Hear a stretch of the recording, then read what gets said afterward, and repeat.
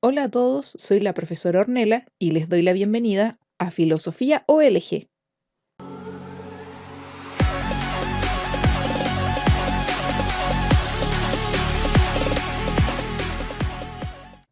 En este video trabajaremos la guía número 8, John Locke. Como en cada video, les recomiendo indicar nombre, curso y fecha. Hoy conoceremos el pensamiento de John Locke como uno de los principales representantes de la epistemología. Hola, soy yo de nuevo, Sócrates. Así como lo hicimos en las primeras guías, hoy voy a acompañarte. Empecemos. Para comenzar con el trabajo, debes responder lo siguiente, solo indicando sí o no. ¿Es el mito una narración del origen donde intervienen dioses? ¿Es la filosofía una ciencia? ¿Sabes la definición de la palabra filosofía? Continuemos. Las preguntas anteriormente señaladas son las preguntas iniciales, por lo tanto es importante que ustedes las vayan respondiendo al comenzar cada una de las guías. John Locke. John Locke, filósofo inglés, se interesó no solamente en la filosofía, sino también en las ciencias, sobre todo en la medicina, física y química. Estudió medicina obteniendo su licencia de médico. Vivió un tiempo en Francia donde conoció los escritos de Descartes. Se ocupó intensamente de problemas políticos, sociales, educativos, económicos y religiosos. Influyó en la ideología liberal moderna. Su principal obra filosófica es el ensayo sobre el entendimiento humano. Da inicio a una escuela de pensamiento, el empirismo inglés. Es importante conocer las biografías de los distintos filósofos porque es estas, sus experiencias de vida, las que van a determinar su pensamiento posterior. La reflexión de Locke se originó en preguntas como: ¿cómo podemos pensar en el frío? ¿De dónde hemos obtenido esa idea? ¿De dónde hemos obtenido la idea de amigo? ¿De dónde tienen origen las ideas de nuestro pensamiento? ¿Cómo pensamos? ¿Cuál es la naturaleza del pensamiento humano?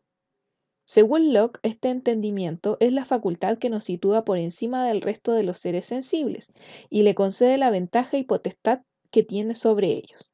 Es decir, para John Locke, lo importante y lo fundamental es pensar en cómo el ser humano es que obtiene todo ese bagaje cultural, cómo es que nosotros como seres humanos obtenemos nuestro conocimiento. Entonces, a partir de estas situaciones, y como ustedes vieron en la guía número 7 de epistemología, donde hablábamos de esta rama de la filosofía de una manera bastante general, a partir de algunas situaciones históricas es que el pensamiento de los seres humanos va a ir mutando, va a ir cambiando, porque lo que tenían como certeza con anterioridad ya no lo era tanto en ese tiempo.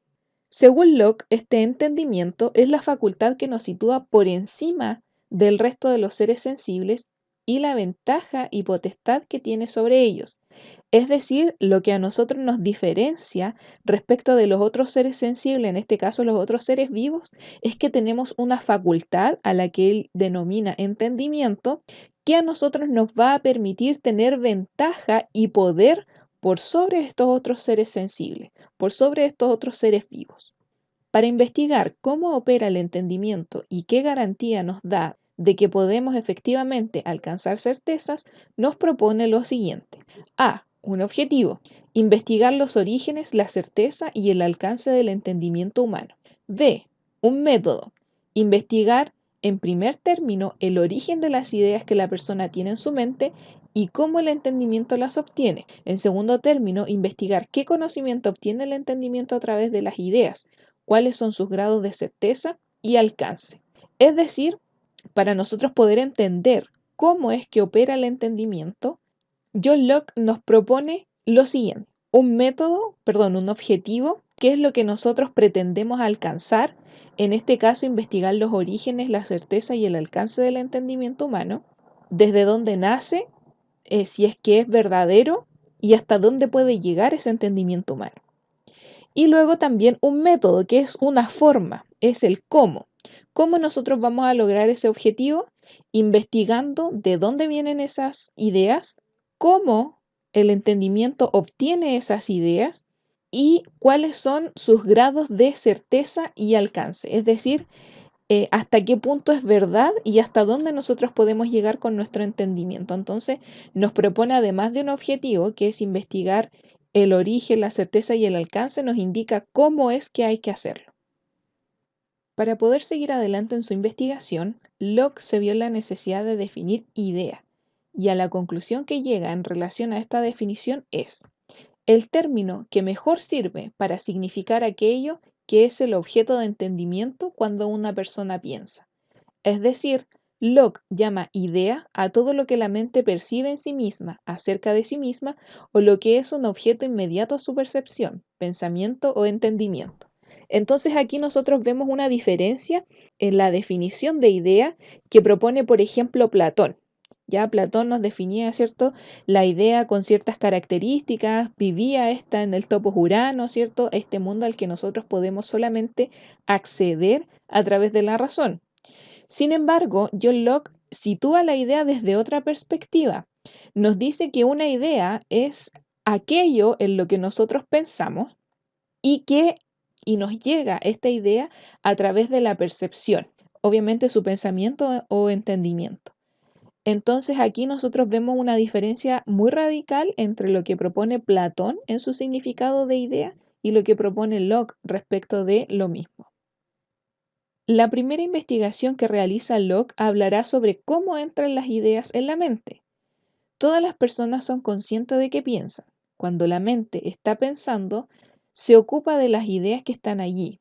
Por ejemplo, lo primero que hay que averiguar es cómo llegan a tener esas ideas. Según Locke, todo nuestro conocimiento procede de la experiencia. Entonces aquí nosotros podemos vislumbrar cuál es su teoría. Él nos dice que todas las ideas a nosotros nos provienen a través de nuestros canales sensitivos, de nuestros sentidos, lo que nosotros podemos percibir o captar a través de ellos. Entonces, él se vio primero en la necesidad de definir qué nos diferenciaba de los demás, ¿ya? ¿Qué es lo que nos diferencia? El entendimiento. Eso es lo que nos diferencia de los otros seres vivos. Luego, este entendimiento tiene una facultad, ¿cierto?, que nos hace ser, entre comillas, superiores a los otros seres vivos. Entonces, una vez que él entendió esto, tuvo la necesidad, obviamente, de definir lo que era una idea, es decir, el cómo nosotros obtenemos estas ideas, por qué llegan, cómo es que están allí, para qué. Entonces, él nos va a proponer que primero define, ¿cierto?, lo que es una idea y veíamos allí la diferencia tan extrema con la idea que propone Platón. Y luego, él intenta averiguar cómo es que llegan estas ideas a nuestro entendimiento. Entonces, primero nos dice que todo el conocimiento proviene de las sensaciones o percepciones, como por ejemplo el color amarillo, cuando algo es frío, un sonido agudo, etc. Y luego las operaciones internas o las operaciones de nuestra mente. Pensar en mi sensación o percepción de los objetos, es decir, una vez que yo capto a través de mis sentidos, lo voy procesando a través de mi mente. De estas dos fuentes, es decir, las sensaciones y las operaciones internas, surgen todas las ideas que tenemos o podemos tener. Primero, las sensaciones. Nuestros sentidos transmiten a la mente diferentes percepciones de objetos. De ahí tenemos la idea de lo amarillo, lo blanco, calor, frío, todo aquello que llamamos cualidades sensibles de las cosas. La sensación es la gran fuente de la mayoría de las ideas que tenemos. Es decir, a través de las sensaciones es que nosotros tenemos estos primeros acercamientos a las ideas, a través de lo que yo puedo percibir a través de los sentidos, lo que él denomina cualidades sensibles de las cosas, aquellas cualidades que yo puedo captar a través de mis sentidos. Entonces es desde esta fuente es donde yo obtengo la mayoría de las ideas que nosotros tenemos en nuestra mente. A partir de lo que yo veo, lo que yo escucho, lo que yo huelo de mi entorno, lo que yo puedo percibir o palpar a través, por ejemplo, de la piel como órgano sensitivo, es que voy a tener cierto bagaje, cierta cantidad de información que me va a mí permitir tener ideas, como por ejemplo la idea de amarillo, porque yo puedo ver el amarillo de la pared, yo puedo ver el amarillo del cuaderno. Entonces, todas esas cualidades que yo puedo captar a través de mis sentidos se forman como en un banco de información en mi cerebro. Eso significa que la mayoría de las ideas que yo tengo provienen de este banco de información que son las sensaciones. Luego tenemos las operaciones de nuestra mente. Otra fuente de las ideas que utiliza nuestro entendimiento es la percepción de las operaciones internas de nuestra mente. Cuando la mente reflexiona sobre estas operaciones, el entendimiento obtiene otro tipo de ideas que no podrían derivar de cosas externas. La idea de pensar, percibir, dudar, es decir, las que se refieren a las actividades que nuestras mentes realizan. Esto significa que no solamente voy a obtener una idea a partir de lo que percibo, sino que yo también voy a procesar esa idea y esa idea se va a hacer como una idea más compleja. Es decir, yo voy a reflexionar en torno, ¿cierto?, a esta primera información para crear conocimientos e ideas más complejas, como por ejemplo en la idea de pensar, en la idea de percibir, en la idea de dudar. Estas ideas no es que yo perciba la justicia, yo no veo justicia. Puedo ver una situación que me parezca justa, pero la justicia en sí yo no la puedo ver. ¿Ya? Entonces eso es lo que hacen las operaciones de nuestra mente. Complejizar esa información primaria, primitiva que nos llega de las sensaciones y procesarla en ideas más complejas. Resumiendo entonces, la primera fuente de nuestras ideas es la sensación y la segunda fuente es la reflexión. Lo más importante para John Locke es lo que nosotros captamos a través de los sentidos, por eso es nuestra primera fuente de conocimiento, la sensación. Y luego la reflexión o las operaciones internas de nuestra mente, que van a ir complejizando esa información que me llega a través de la sensación. A continuación se presentan las actividades, donde deben responder primero lo revisado con anterioridad. Por ejemplo, podríamos clasificar a John Locke como, es decir, a partir de todo lo que les he explicado en esta guía, además del mapa conceptual que nosotros teníamos en la guía anterior, pueden eventualmente clasificar a John Locke con una de estas categorías, como empirista, racionalista, idealista o realista.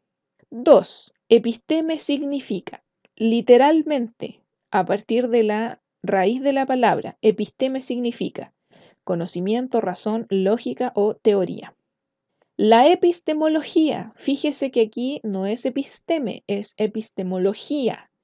Es llamada también, esto estaba en la guía anterior, conocimiento, episteme, empirismo o teoría del conocimiento. 4.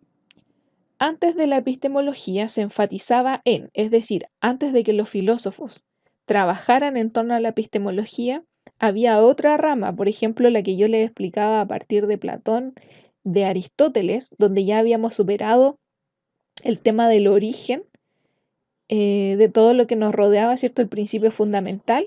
Entonces después nosotros teníamos otra rama, otra corriente de la filosofía, y esa es anterior a la epistemología, es decir, antes de la epistemología. ¿Qué se estudiaba? El logos, el arjé, la metafísica o ningún tema se profundizaba. La profesión de Locke fue lo que él estudió, eso significa médico, filósofo, empirista o epistemólogo. 6. ¿Qué nos diferencia de otros seres sensibles? ¿Qué nos diferencia a nosotros los seres humanos de los otros seres vivos? La epistemología, el conocimiento, el entendimiento o la percepción. Luego las preguntas de desarrollo. 1. ¿Cuáles son las fuentes de nuestro conocimiento según Locke? 2.